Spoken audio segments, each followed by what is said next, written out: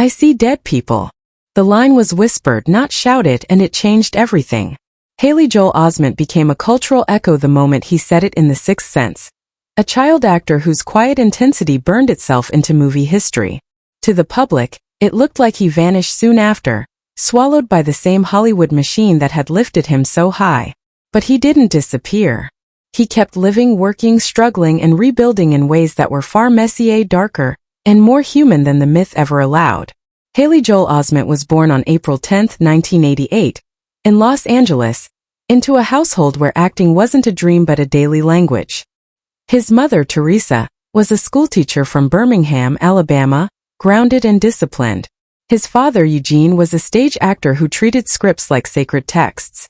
Before Haley learned nursery rhymes, he heard monologues. Bedtime meant full sentences, not baby talk. His parents believed children rose to the expectations set for them, and Haley proved them right. He spoke clearly, looked adults in the eye, and carried a calm confidence that felt unnatural for someone so young.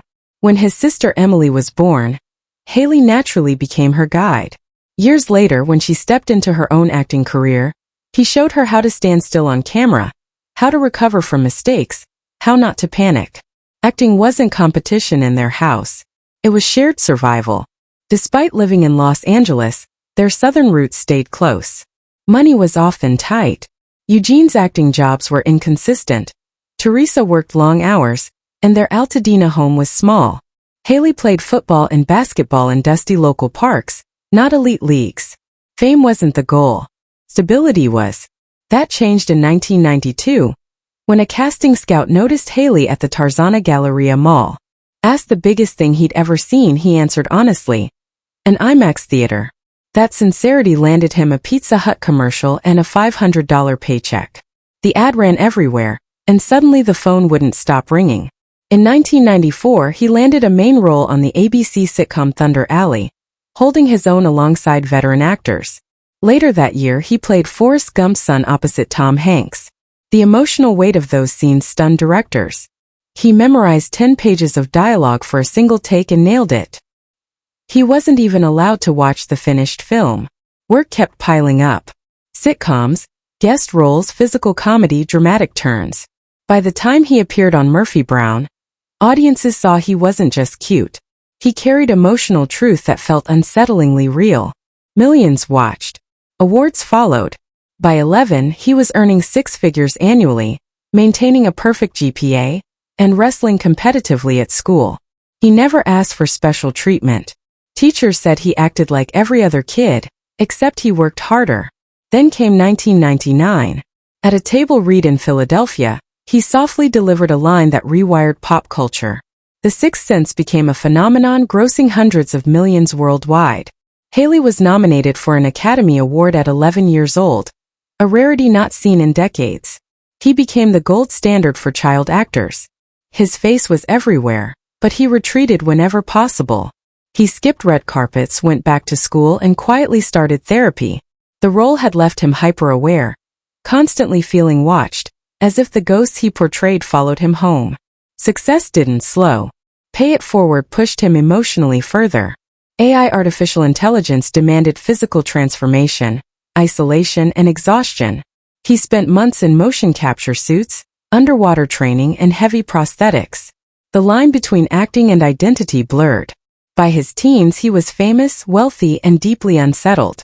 Voice acting became an escape.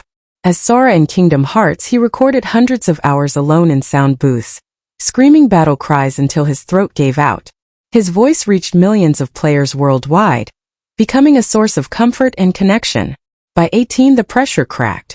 In 2006, he was arrested for DUI after crashing his car and fracturing his shoulder.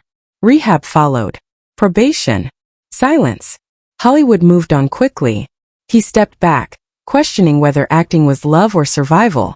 A second DUI in 2009 deepened the damage. Roles dried up.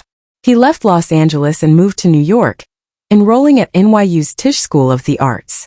There, stripped of fame, he rebuilt himself. Experimental theater, physical performance, dance, absurdist plays. No cameras, no recognition, freedom. He graduated with a BFA, creating a thesis performance about child stardom that felt more like confession than art. He worked off-Broadway, interned quietly, and leaned into strange, uncomfortable roles. He dismantled the image people remembered.